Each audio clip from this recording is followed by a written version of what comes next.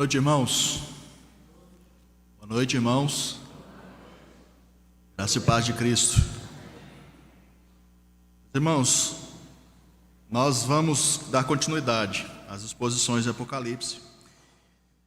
E os textos anteriores, antes de nós lermos o texto de hoje, quero só relembrar que os textos anteriores, especialmente o capítulo 8, nos mostra que, por conta de toda a perseguição que os ímpios impõem contra a igreja, e mesmo aqueles que são indiferentes em relação à sua existência diante de Deus, eles são culpados diante dele.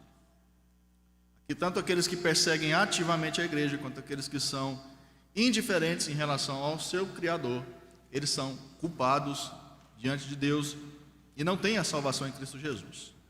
E diante disso, o Senhor envia, com o tocar das trombetas, como nós já vimos, alguns flagelos sobre a terra. E esses flagelos vêm sobre a vida específica do ímpio, porque ele é aquele que vai sofrer, contudo ele não tem esperança sobre o pós-apocalipse, o pós-juízo. Então, quando ele percebe que o mundo está desmoronando ao seu redor, a expectativa racional a respeito disso é que ele se converta ao Senhor. Então o Senhor envia flagelos sobre, como nós vimos no capítulo 8, sobre florestas, sobre lavouras pelo mundo inteiro são destruídas. O Senhor envia flagelos sobre o ecossistema oceânico, que é parcialmente destruído também, toda a vida, um terço da vida oceânica é destruída. Sistemas fluviais também, ou seja, os rios, eles são destruídos também por essa ação de juízo de Deus contra o ímpio. E junto com tudo isso, um terço das embarcações de todo o mundo é destruída. O que o Senhor quer com isso? O Senhor quer executar juízo contra aqueles que não têm Jesus Cristo. O meio ambiente, a saúde, a economia do mundo é destruída. Contudo, o ímpio ainda não se converte dos seus maus caminhos. E se você talvez tenha ouvido certa vez, ou se você mesmo crente tenha talvez feito esse tipo de evangelismo, onde você não sabe responder por que alguém precisa de salvação, ou seja, o ímpio ele não sabe, de fato. Quando é dito que ele precisa de salvação, ele logo talvez pense: mas do que eu preciso ser salvo? Estou bem. E esse texto que nós vamos expor nessa noite é a mais clara mensagem sobre por que você precisa de um Redentor.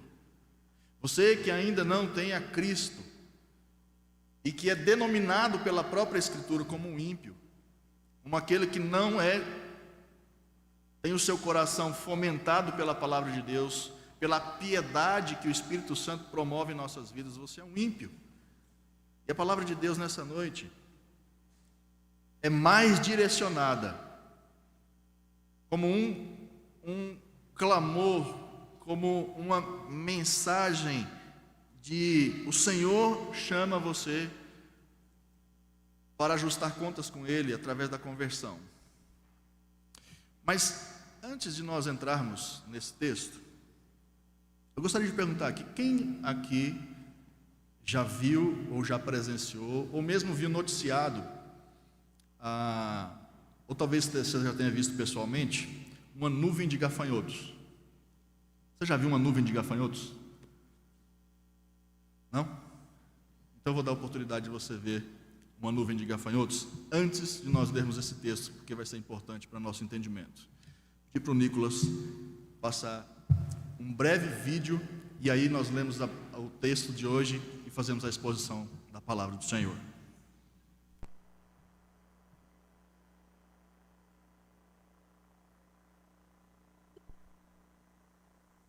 Durante 45 minutos, um gigantesco enxame de gafanhotos de 15 quilômetros de extensão atravessa a rodovia nacional 7 de Madagascar. A estrada é popular entre os turistas que vêm em busca das belas paisagens. Mas hoje, quem passou por aqui observou um desastre natural que já dizimou metade das plantações da ilha. Isso pode criar danos enormes. Eles comem os pastos e também todos os arrozais e cultivos de milho que estão em período de colheita.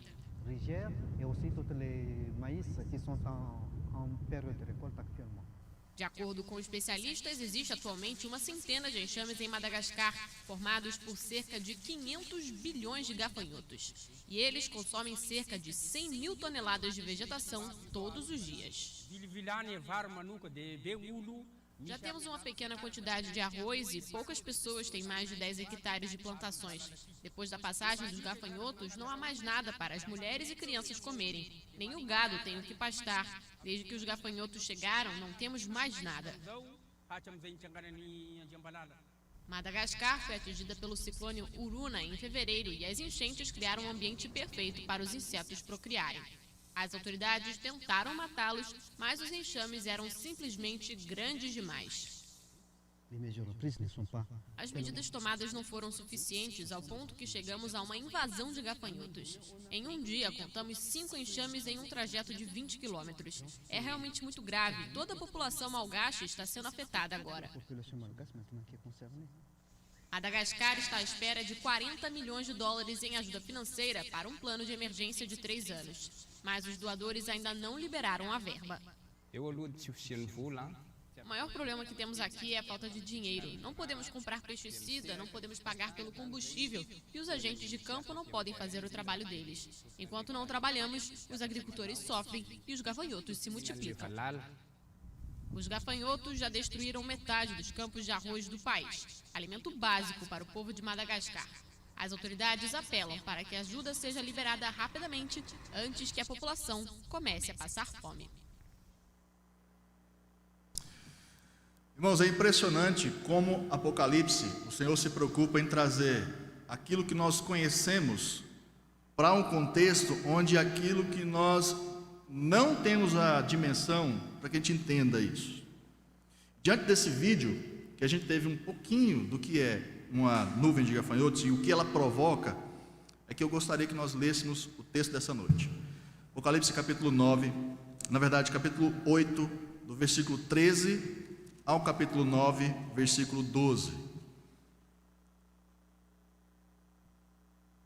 Capítulo 8, verso 13 e capítulo 9, do 1 ao 12, diz assim a palavra de Deus.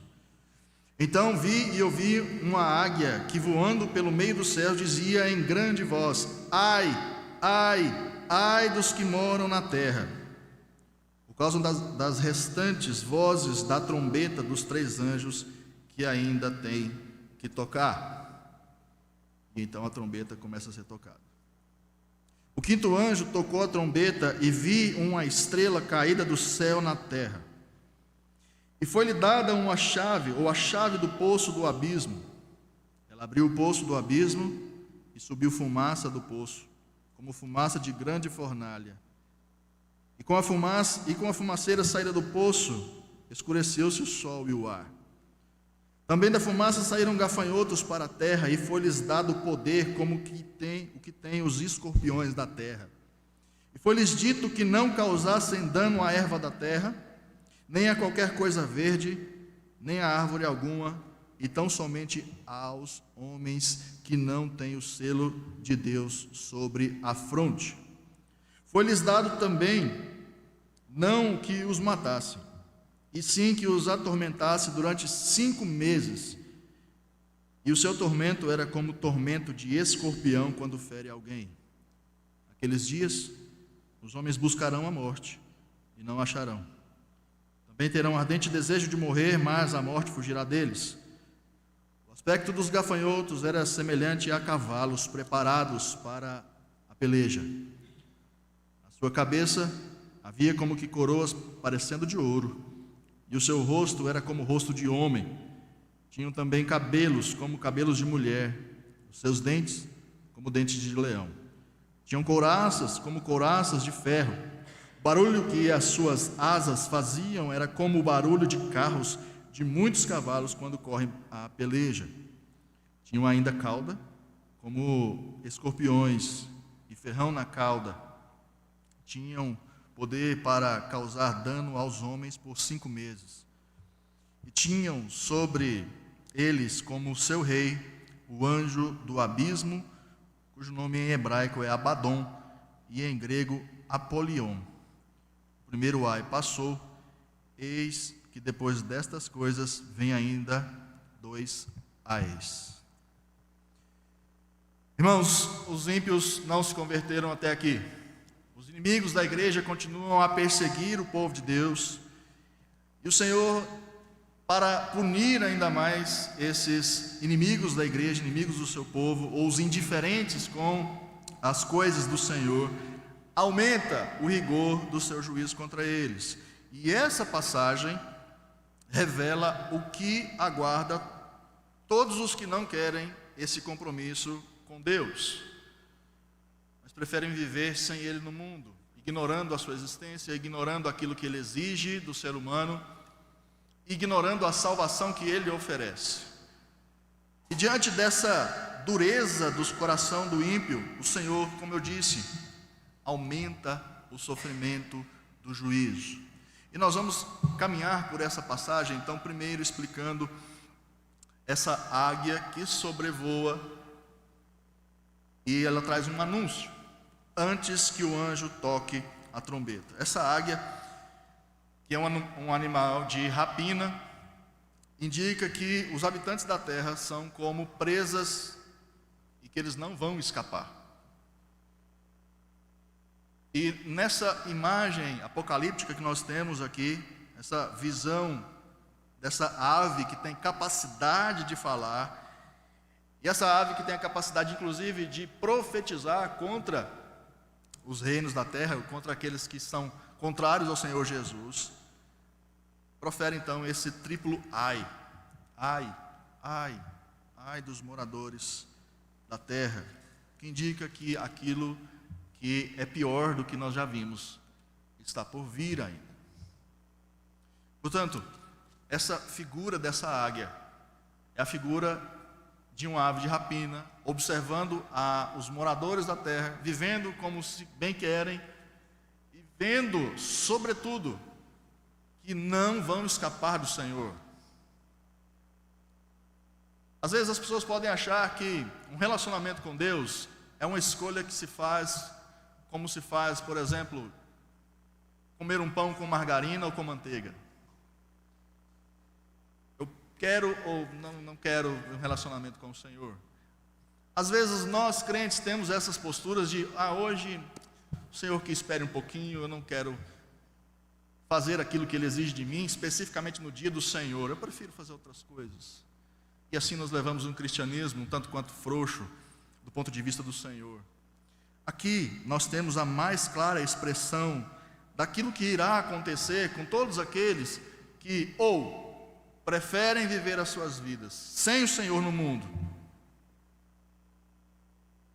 e aqueles que estão perseguindo ativamente a igreja. E como eu já disse em algumas pregações anteriores, o livro do Apocalipse ele é escrito se preocupando, o Senhor está preocupado em dar respostas a uma igreja que está sendo perseguida, como se essa igreja precisasse de ânimo para sobreviver no mundo que está perseguindo. Então o Senhor diz: olha, as coisas não são como vocês parecem entender. A igreja pode estar sendo perseguida, mas esperem um pouco, eu quero mostrar para vocês o que vai acontecer contra os inimigos da igreja, os inimigos de Jesus. E como eu quero enfatizar, algumas vezes você vai me ver enfatizando isso essa noite, ser inimigo de Jesus não é simplesmente estar atacando a igreja, não é pura e simplesmente você estar apedrejando uma igreja, você está atacando o evangelho, não é simplesmente isso. Ser um inimigo de Deus é resistir ao evangelho a tal ponto de ignorar que ele existe. Isso é ser um inimigo de Deus. É achar que eu não quero um compromisso com Jesus e está tudo certo, esse Jesus não é para mim. Saiba que não há neutralidade no mundo. Saiba que não há neutralidade espiritual no mundo. Ou você está em Cristo ou você está sem Cristo. O mais passivo que você seja em relação à religião, pode ser que você, que é esposo de uma mulher crente, diga: eu deixo a minha esposa na porta da igreja e vou embora, porque isso é dela, isso não é para mim. Saiba que o compromisso é individual e o Senhor irá cobrar de você isso no final da sua vida. Mas antes disso chegar, antes de você comparecer diante do tribunal de Deus, tribunal de Jesus, existem coisas terríveis para acontecer com você que não quer esse compromisso com Ele. Então nós vamos caminhar durante esse período, esse texto, apontando o que de fato essa águia está querendo nos mostrar, e está querendo mostrar especialmente para o ímpio. Essa estrela, irmãos, vamos dividir essa exposição explicando algumas figuras e no final fazer 3 conclusões, depois 3 aplicações. Primeiro, o verso 1 e 2 nos mostram que há uma figura de uma estrela caída e esse poço do abismo. Primeiro, qual é a identidade dessa estrela? O texto nos fala, em primeiro lugar, o texto nos fala que ela é uma estrela que caiu na terra. Isso indica que a terra não era o seu habitat natural. Ela não pertencia a esse ecossistema. O seu lar não era esse local, primordialmente. Segundo, essa estrela não detém o poder de abrir ou fechar o poço do abismo. Isso porque essa estrela caída precisa receber essa chave. Ou seja, ela não tem autoridade nem para abrir e nem para fechar esse abismo. Ela precisa receber essa chave de alguém. E segundo o versículo 11, nós podemos relacionar quem é descrito no versículo 11 com essa estrela que está caída na terra. O versículo 11 vai nos dizer que esse enxame de gafanhotos tem um rei. Volte a sua atenção ao versículo 11, que diz o seguinte: e tinham sobre eles como seu rei o anjo do abismo. Então, perceba que a identidade dessa estrela caída na terra já começa a ser clareada para nós. E diante disso, para compor então a identidade dessa estrela que está caída na terra, nós podemos entender que essa estrela caída é, na verdade, um anjo caído. Veja, por exemplo, o que o Senhor Jesus diz em Lucas capítulo 10, verso 18, e eu lerei para que os irmãos não precisem abrir as suas Bíblias. Jesus diz no Evangelho de Lucas capítulo 10, verso 18, obrigado por projetar. Mas Jesus lhes disse: eu via Satanás caindo do céu como um relâmpago. Queridos irmãos, nós temos aqui algumas figuras que João utiliza para explicar para nós o que ele está vendo. É o conhecimento prévio de João, tanto das Escrituras, quanto daquilo que ele entende a respeito da criação, daquilo que ele observa em todos os objetos, que faz com que ele traduza o que ele está vendo, para que nós tenhamos compreensão a respeito do que o Senhor está fazendo. Ele utiliza essas figuras de estrelas caídas, abismo, para identificar essa estrela caída, que é um anjo caído, e que nós entendemos que foi o primeiro a se rebelar contra o Senhor, que é o próprio Satanás. E que esse também é identificado como o rei desses gafanhotos que saíram do abismo. Então, essa é a primeira figura que nós temos que ter clareza de quem ela é.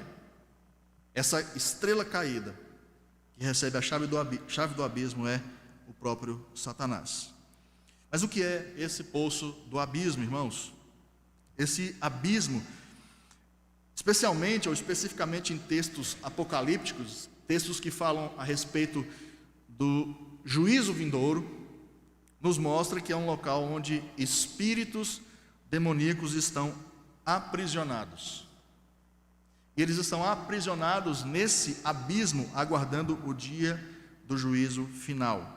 Vejamos mais uma vez o texto do mesmo Evangelho de Lucas, capítulo 8, verso 30 e 31. É a cena muito conhecida, onde Jesus tem uma experiência em que ele expulsa demônios de um jovem, e antes de expulsar esse demônio do jovem, Jesus estabelece um diálogo com aquele espírito imundo que está no jovem. E Jesus então pergunta para aquele demônio que está acabando com a vida daquele rapaz. E Jesus diz, perguntou-lhe Jesus, qual é o seu nome? Respondeu ele, ou seja, o diabo, os espíritos imundos que estavam naquele jovem. Respondeu ele, Legião, porque tinham entrado nele muitos demônios, e rogavam-lhe que não os mandasse sair para o abismo. Irmãos, quando nós temos o vislumbre do que é de fato esse abismo, não é um local onde os demônios estão passando férias, treinando, fazendo musculação para quando vier o tempo eles poderem sair e devastar tudo com maior poder. Esse abismo, irmãos, é um local onde alguns estão aprisionados, é um local de tormento e não uma colônia de férias onde eles estão passando, e eles não têm o poder de entrar e sair quando quiserem.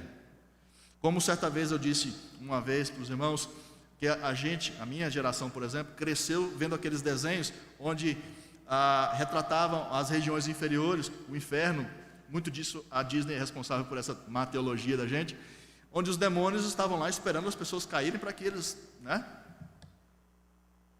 maltratassem as pessoas lá dentro, as pobres almas que caíam no inferno. Os demônios estavam lá, para atormentar aquelas pessoas. Irmãos, isso não é nada mais enganoso do que isso.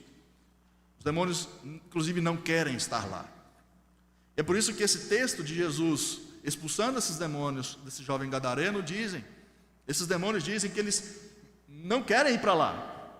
Eles estavam rogando a Jesus, não nos mande para o abismo, não nos mande para essa região que é tormento para nós. E aí o restante da história nós conhecemos. Eles entram nos porcos, os porcos se precipitam no abismo, e ali a cidade fica perplexa com isso. Mas, irmãos, esse abismo então é justamente este local onde parte dos demônios estão aguardando o dia do juízo final para serem então julgados pelo Senhor. Portanto, essa estrela caída é Satanás, e recebe a autoridade para liberar demônios desse local com algumas finalidades que nós veremos a seguir. Mas uma observação importante, nós já fizemos isso, Satanás não controla nada, irmãos. Satanás não tem o controle de, a qualquer momento, a qualquer hora, chegar e abrir aquele poço do abismo e liberar esses demônios. Não é assim que acontece. Satanás não tem onipotência, não tem poder para isso. É Deus quem controla o abismo, e não Satanás. É Deus quem controla. Mas nós temos os resultados, então, resultados diretos dessa abertura do abismo. Quando Satanás abre esse abismo, esses gafanhotos, que servem de exemplo para nos mostrar que são demônios, na verdade, novamente a criação, ela sofre os efeitos desse juízo de Deus. Porque quando Satanás abre essa porta e esses demônios saem, a palavra de Deus diz que uma fumaça muito densa sobe desse abismo, e ela é tão densa que escurece o sol, nos mostrando que aquilo que acontece no mundo espiritual tem impacto direto naquilo que acontece no mundo físico, aquilo que nós vemos. Por mais que você talvez ignore o fato de que exista uma batalha espiritual acontecendo, ela existe. Por mais que nós não tenhamos a noção do tamanho dessa guerra acontecendo, ela está acontecendo, e ela vai se tornar ainda mais grave um pouco antes do retorno de Jesus. Portanto, até a criação sofre os efeitos dessa batalha entre Deus e o diabo. Mas entenda, irmãos, em momento algum nós temos aqui uma paridade de forças. O Senhor Jesus, talvez você já pode até ter visto uma imagem dessa na internet, e é uma imagem até famosa, de Jesus numa queda de braço com Satanás. Uma queda de braço quase perdida, onde Jesus está se esforçando demais para vencer essa queda de braço. Pode ser que você já tenha visto aquela imagem do Yang, não estou lembrado aqui o termo. Yin Yang, obrigado. Aquela esfera onde metade é preta com uma bolinha branca no meio e vice-versa. Mostrando que nem todo mal é totalmente mal, nem todo bom é totalmente bom. Existe uma paridade de forças no universo. Irmãos, não existe paridade de força. O diabo, ele já está derrotado. Ele já sabe que está derrotado, mas ele ainda não está morto. Ele não está destruído, irmãos. E ele ainda age com fúria contra a igreja, contra os santos do Senhor. E nós vemos nesse texto que ele não apenas vai direcionar a sua força contra a igreja, mas até mesmo contra aqueles que não são do Senhor. Ele quer provocar o maior dano possível.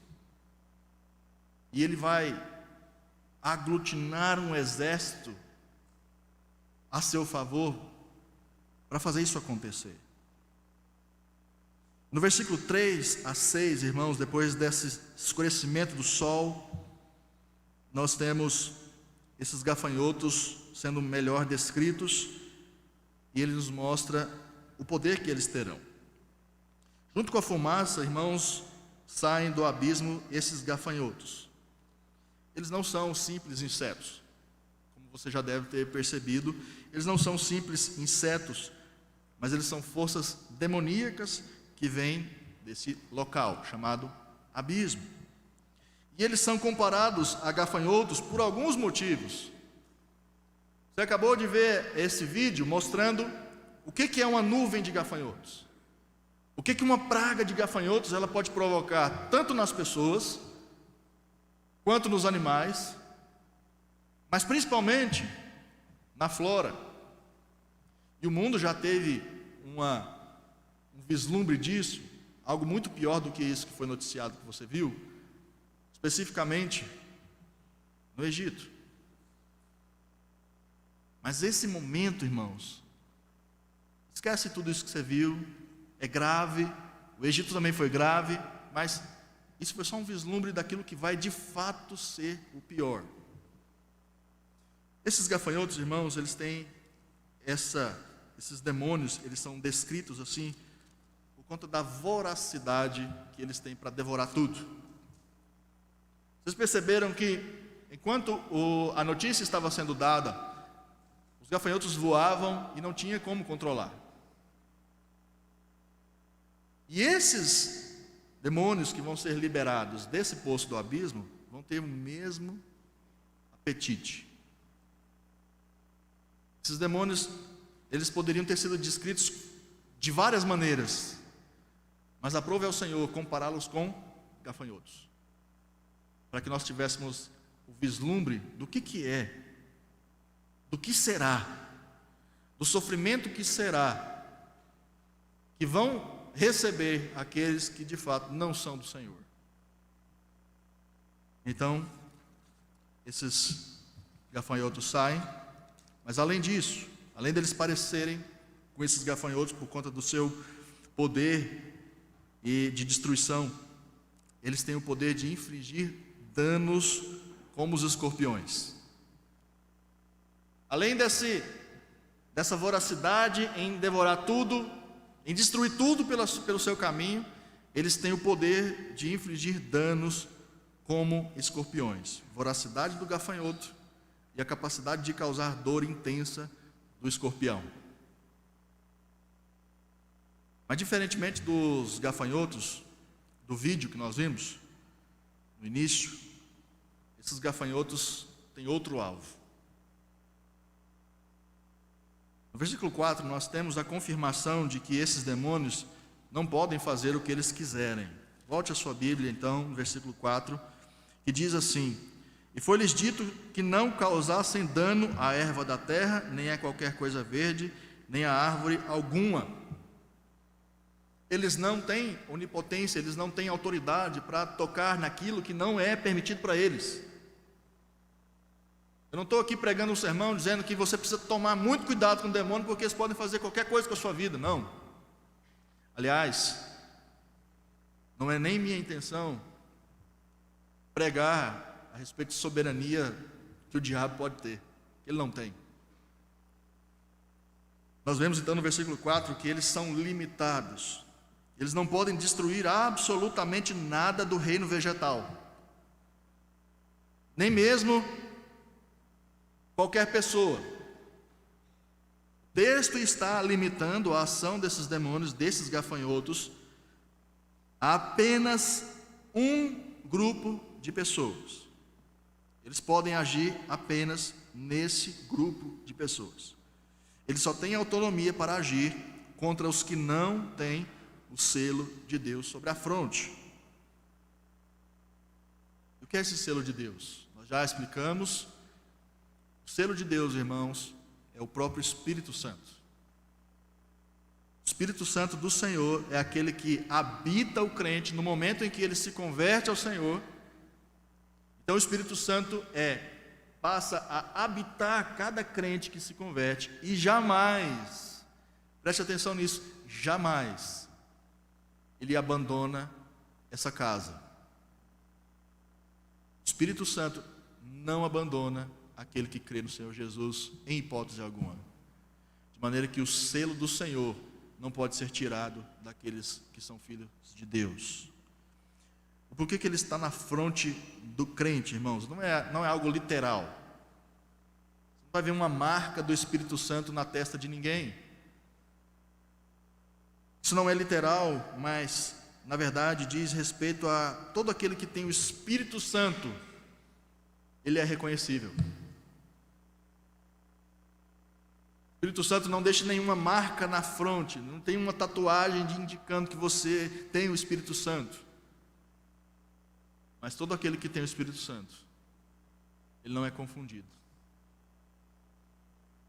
O problema é que quando o crente, mesmo que seja um crente verdadeiro, ele tenta se camuflar para se passar por um cidadão de Babilônia, para se passar por um cidadão do mundo, para adquirir favores do mundo, ele se transforma num cidadão do mundo, e ele então tenta esconder a presença do Espírito Santo em si mesmo.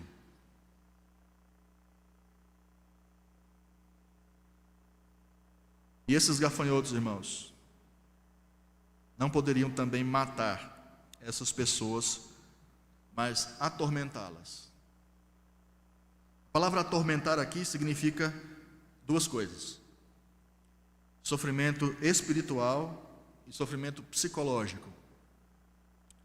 Algo que pode ser comparado com uma tortura. Esses gafanhotos, esses demônios que são libertados desse abismo pelo próprio Satanás, eles têm o poder de atormentar espiritualmente e psicologicamente as pessoas que não têm o selo do Senhor na fronte. E pode se comparar com a tortura. Já imaginou isso? Muitas coisas hoje, irmãos, produzem sofrimentos psicológicos nas pessoas. Muitas coisas. Estresse, problemas financeiros, doença na família. Muitas coisas produzem sofrimentos psicológicos, que às vezes só são resolvidos com medicamentos. Mas nesse período, irmãos, o sofrimento psicológico e espiritual daqueles que não estão em Cristo Jesus não vai ser provocado por estresse, por problema financeiro, por doença na família, por qualquer outro motivo fisiológico. Vai ser provocado diretamente por esses demônios. E esse período de tempo mencionado, de 5 meses, em que eles atuarão, é simbólico também. Não é que vão ser 5 meses exatos de ação desses demônios sobre a vida dessas pessoas. Isso serve apenas para destacar, irmãos, que é um período limitado. Ou seja, o poder de ação e o período de tempo de ação desses demônios é controlado. Isso revela, inclusive, o amor de Deus e a graça de Deus, e a misericórdia de Deus. Vai encerrar esse período para que essas pessoas tenham um pouco mais de consciência daquilo que vai vir adiante, para que elas tenham mais uma chance para se converter ao Deus vivo e renunciar a essa vida de pecados que vivem e assumir um compromisso público com o Senhor. O Senhor vai encerrar esse período e mais uma vez dizer: olha, você tem mais uma chance. Consegue imaginar as consequências sociais disso? Desse caos psicológico e espiritual que o mundo vai sofrer? E as pessoas que não querem Deus, que não querem um compromisso com o bem, mas ainda assim Deus terá misericórdia desses e não permitirá que esses demônios atuem de modo infinito de tempo. Mas o sofrimento será tamanho, irmãos, que no versículo 6, quem estiver passando por esse tormento vão desejar a morte. Mas o texto nos diz que a morte vai fugir deles. Naqueles dias, os homens buscarão a morte e não a acharão. Também terão ardente desejo de morrer, mas a morte fugirá deles. Para alguém chegar ao extremo de querer tirar a própria vida, irmãos, muita coisa tem que ter ocorrido. A completa desesperança já tem que ter tomado o seu coração. E nós vemos aqui que quando essas pessoas tomarem essa decisão, elas não terão condições de realizar isso. Porque o texto diz que a morte vai fugir delas. Tamanho será a angústia e o sofrimento desse período de tempo. Nos versículos 7 a 10, nós temos a aparência dos gafanhotos. Em primeiro lugar, irmãos, esses gafanhotos são organizados para a guerra. São comparados a gafanhotos também pela quantidade.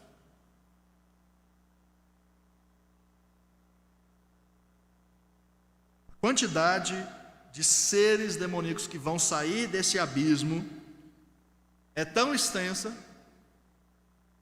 que no reino animal só existe o gafanhoto e essa nuvem de gafanhotos que possa ser comparado com aquilo que vai sair dali. São muitos, são como um exército. E outras figuras também nos indicam que essa nuvem de gafanhotos está pronta para acabar com tudo aquilo que eles puderem. Quais são essas características que nos mostram isso? Que eles estão prontos para acabar com tudo. Eles possuem dentes de leão. Eles têm couraças de ferro. O barulho da movimentação que eles fazem se parece com uma carruagem correndo, como cavalos correndo para a batalha. E eles possuem ferrão como escorpiões. Irmãos, eles não estão vindo para um passeio. Esses seres demoníacos, eles não vão vir para passarem um período de férias agradáveis. Eles talvez já estejam presos há tanto tempo, que eles virão com uma cólera imensa contra a humanidade, contra a coroa da criação de Deus, que é o ser humano, a destruir. E além disso, eles possuem algumas características humanas. Eles têm coroas parecendo de ouro, eles têm rosto de homem e eles têm cabelos como de mulher. Quando você chegar em casa, eu não quis trazer essa imagem, mas eu pesquisei. Quando você chegar em casa, não agora, mas pesquisa depois no Google, os gafanhotos de Apocalipse 9. Depois vai lá em imagens. Claro que a gente não tem uma imagem, né, do próprio. Mas ali aqueles que têm a a imaginação e o dom de desenhar, pegaram ipsis literis o que está no texto e montaram essa criatura. Talvez seja bem parecido. Quando você chegar na sua casa, pesquise aí esse ser que vai sair do abismo. Por que eles têm coroas parecendo de ouro, rosto de homem, cabelo de mulher? Isso indica, irmãos, que são seres com intelecto, com estratégias. Eles são sagazes contra os seres humanos. O fato de terem características humanas, irmãos, nos revelam que esses seres, eles pensam, eles têm intelecto, eles se organizam, eles têm estratégias para então promover o máximo de destruição possível. Me lembro de uma vez estar lendo um livro de um teólogo chamado Richard Baxter. E num desses livros, ele diz que a nossa vida é como se fosse uma muralha. Mas nessa muralha sempre vão existir algumas fissuras. E são nessas fissuras, nessas rachaduras que muitas vezes existem na nossa espiritualidade, Satanás tenta agir. Ele vai tentar infiltrar, ele vai tentar esburacar aquilo que é só uma fissura, para então fazer com que, no caso do livro do Baxter, o cristão, ele seja um cristão menos ativo, cada vez menos ativo, tanto na obra quanto na sua espiritualidade. Para isso precisa de estratégia. Satanás precisa observar aquilo que você é. Esses gafanhotos, eles vão observar as pessoas. Eles vão traçar estratégias. Eles vão tentar enganar. No caso do crente, Satanás não pode tocar plenamente na sua vida. Satanás não pode possuir um crente. Satanás não pode promover mal no crente, a menos que o Senhor assim o permita. Como foi na vida de Jó. Mas, nesse caso, na vida do incrédulo, do ímpio, daquele que não quer um compromisso, ele vai estar à mercê desses demônios. Eles têm intelecto, eles têm estratégia, eles são sagazes, mas além disso, conta da coroa que eles carregam, uma falsa coroa, porque, percebe, irmãos, que eles têm na cabeça algo parecido com a coroa. Demônios e Satanás sempre foram usurpadores. Eles sempre tentaram usurpar a glória de Deus, a autoridade de Deus. E esses gafanhotos possuem coroas na cabeça, porque eles tentam usurpar a autoridade que não lhes pertence o tempo todo. Por isso as coroas. Satanás inclusive fez isso com Jesus. Ele tenta usurpar aquilo que não é dele. E ele inclusive tem a audácia de tentar vender um produto que não lhe pertence para Jesus, quando Jesus está sendo tentado no deserto. Se você se prostrar diante de mim, tudo isso te darei. Nada é de Satanás, irmãos. E é exatamente isso que ele faz com todas as pessoas, com os crentes inclusive. Se você deixar um pouquinho da sua fé, olha só o que você pode ganhar. Se você não precisa tanto para ser fiel a Jesus, não, menos, baixa um pouquinho a tua santidade, não seja tão rigoroso consigo mesmo. Não foi exatamente assim que Faraó fez com o povo de Israel? Vocês não precisam ir todo mundo não, gente. Vocês não precisam sair todo mundo não, vai só até ali e volta. Quando Moisés diz, o Senhor diz para você libertar o seu povo para que ele celebre uma festa no deserto. E Faraó diz, ok, pode ir lá, celebra a festa e volta. Moisés diz, não é assim. E Moisés volta e diz, liberta o meu povo. Faraó diz, ok, pode ir, mas deixa os filhos de vocês. Não precisa levar os filhos não. Moisés diz, não, todos irão. Faraó faz isso o tempo todo. Não, não precisa tanto. Não precisa ser tão rigoroso. Não precisa ir para a igreja todo domingo. Mas perceba, quando a gente fala em vir para a igreja todo domingo, não é em sentido religioso, irmãos. Não é como aquele marcador de ponto, que você vem e bate o seu ponto e ok, não. Vim para adorar, para glorificar o Senhor. Vim para cultuar o Senhor com todo o teu coração, com toda a tua alma, com todo o teu entendimento.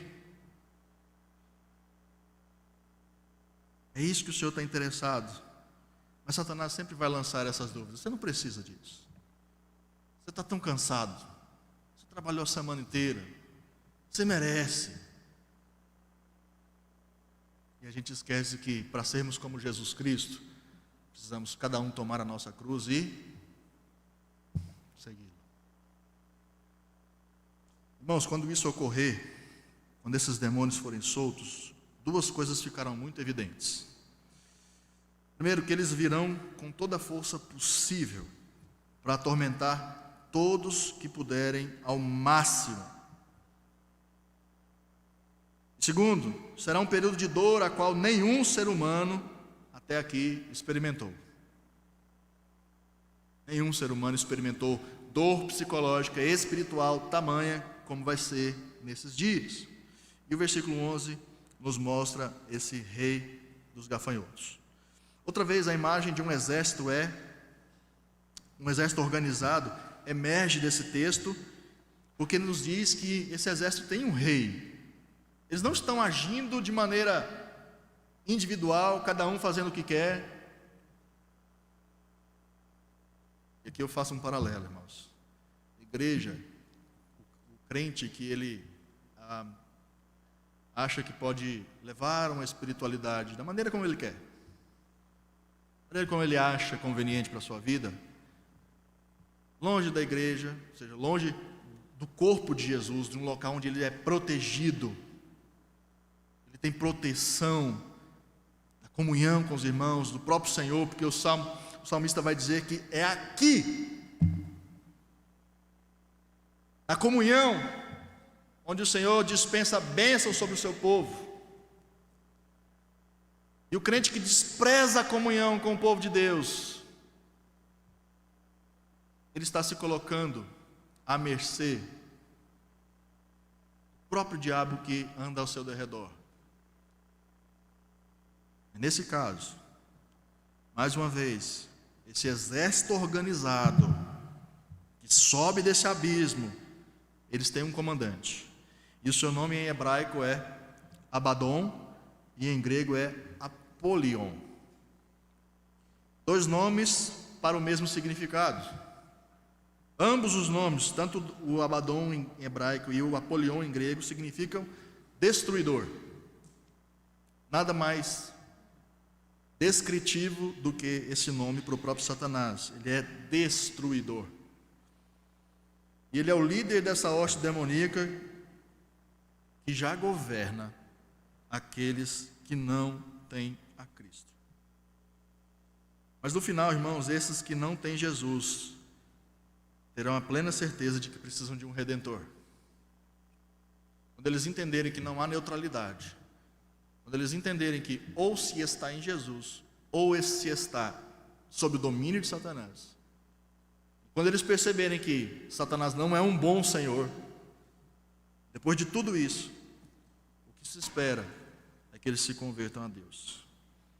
E o versículo 12 se encerra com um aviso de que ainda virá algo também muito ruim. O texto se encerra dizendo que, por enquanto, o primeiro mal passou, mas ainda há mais juízo por vir. Então, irmãos, quero concluir esse texto perguntando para nós: o que esse texto nos ensinou? O que nós tiramos de conclusão e de ensinamento a respeito disso? Primeiro, Satanás existe. Satanás existe, ele já age no mundo, mas há um tempo futuro em que ele agirá ainda mais e com mais violência. Satanás não está preso, irmãos, ele não está amarrado, ele não está totalmente, na verdade, ele não está totalmente imobilizado. Ele ainda tem um raio de ação. E especialmente sobre aqueles que ainda não têm Cristo, tempos difíceis virão sobre você. Porque ele vai vir com mais violência contra a sua vida. Essa é a primeira conclusão que nós tiramos. Segundo, os que não têm o selo de Deus, o Espírito Santo, serão atormentados espiritual e psicologicamente por Satanás e seus demônios. E aqui, queridos, eu arrisco dizer que não vai ser caso de psicólogo resolver. Não vai ser caso de psiquiatria resolver. Quando chegar esse período, apenas e tão somente o selo do Deus vivo vai livrar pessoas desse sofrimento. Em terceiro e último lugar, só há uma maneira de escapar dessa tortura demoníaca: obtendo o selo de Deus. Não há outra precaução que uma pessoa possa tomar. Não há outra precaução, ou não há como se preparar para esse momento da história que vai chegar, de outra forma a não ser obtendo o selo de Deus. Eu quero então aplicar esse texto e fazer apenas duas aplicações.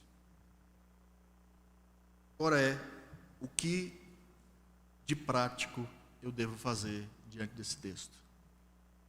Depois que você aprendeu tudo, depois que você e eu tivemos contato com aquilo que Deus tem para o final da história, o que você e eu podemos fazer de prático? Primeira coisa que nós podemos fazer de prático: não ignore a existência de Satanás, de seus anjos e o seu poder. Não, se tem uma coisa que Satanás adora fazer,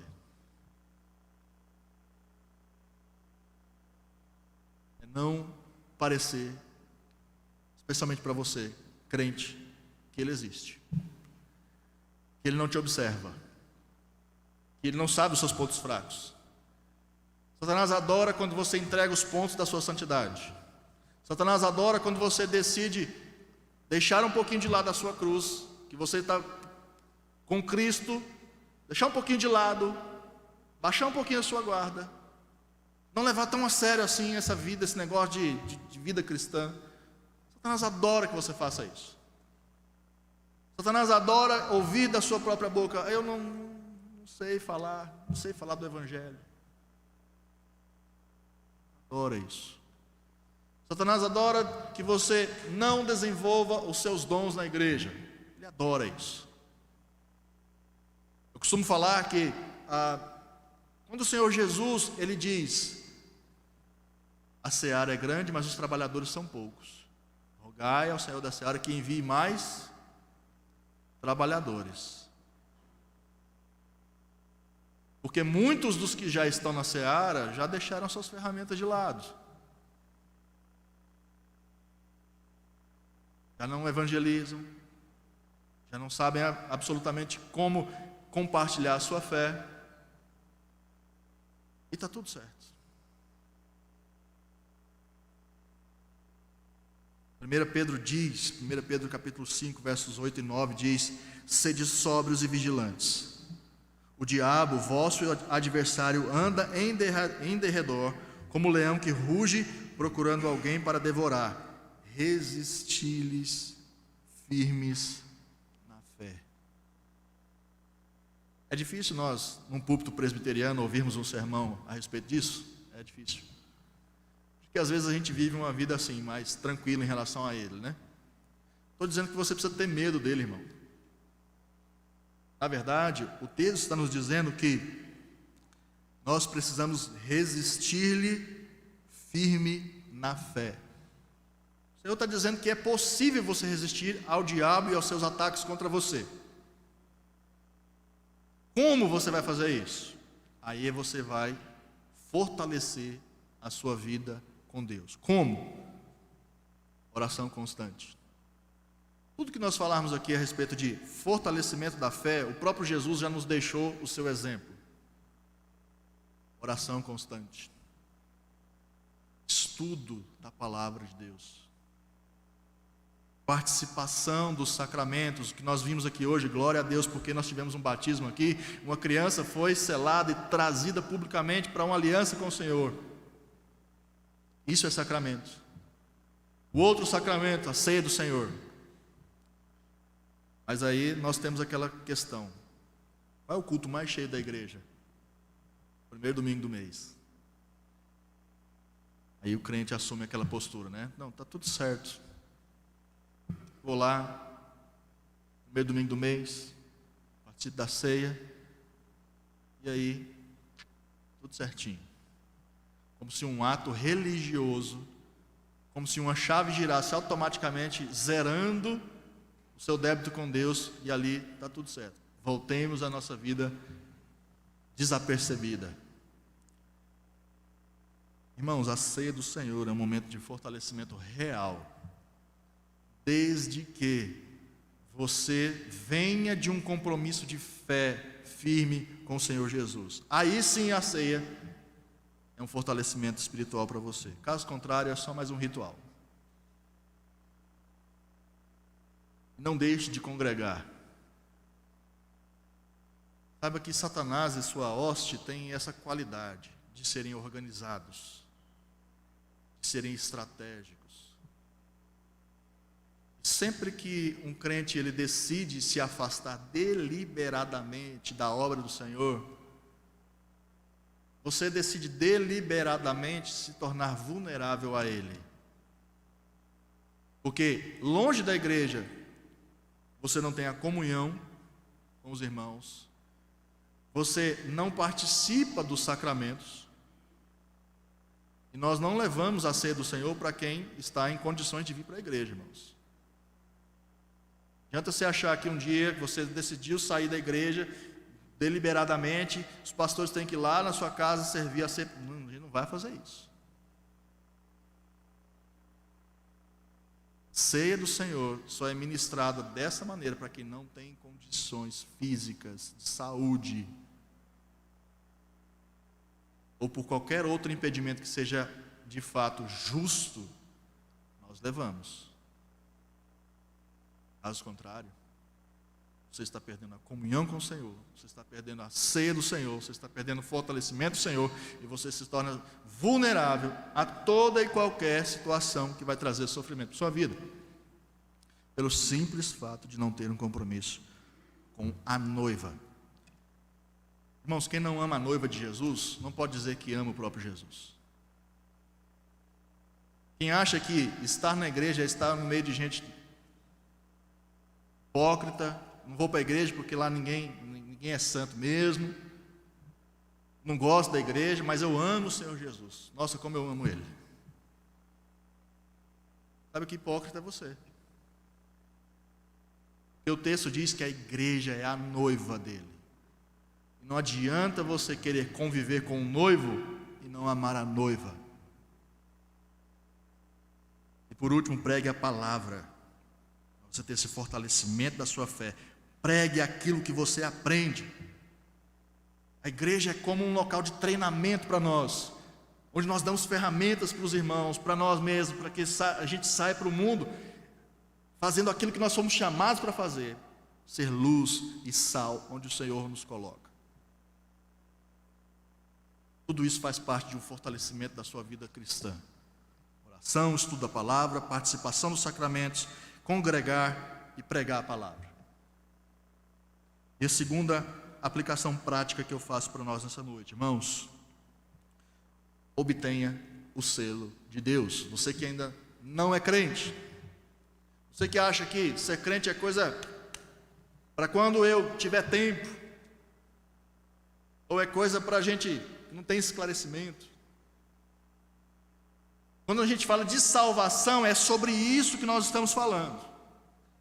É para que você não passe por esse tipo de juízo que o Senhor está prometendo aqui. O selo de Deus é o Espírito Santo. Mas tem uma coisa, ele não pode ser adquirido por valores, por dinheiro, por boas obras. Nossa, como eu faço boas obras? Olha, eu dou cesta básica do meu bolso para tantas famílias. Isso me qualifica diante de Deus para ser salvo. Ou eu estou pronto para servir quem quer que seja. Ótimo. Mas saiba que sem a salvação do Espírito Santo, isso é só obra de justiça própria. Saiba que boas obras não condicionam você para ir para junto de Jesus. Salvação, ela é dada de graça. Não é por obras, é pelo sangue de Jesus. Ninguém tem mérito diante de Jesus, ninguém tem mérito diante de Deus, ninguém é tão bom o suficiente para herdar a salvação. É por isso que nós chamamos de graça. Mas de maneira prática, como é que você pode receber hoje mesmo o selo do Espírito Santo e não passar por esse período de tribulação na história que está por vir? Renuncie aos seus pecados, se converta ao Senhor para receber esse Espírito Santo de graça. Somente assim você estará salvo dessa nuvem de gafanhotos que trará tanto sofrimento para aqueles que não têm o Senhor Jesus. Eu encerro isso aqui, irmãos, voltando para você crente de novo. Será que você vai ficar confortável tendo essa verdade na sua mão? E o teu pai, a sua mãe, seus irmãos, seus vizinhos, todos aqueles que estão à sua volta e que não têm um compromisso com o Senhor, você vai ficar tranquilo, sabendo que pessoas estão caminhando para esse período da história, e você está aqui, ó, caladinho.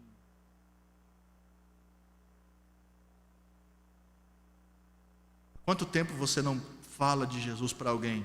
1 ano? 2 anos? A vida inteira? Reflita nisso, irmão. O Senhor Jesus te chama para ser um discípulo, para ser um discipulador.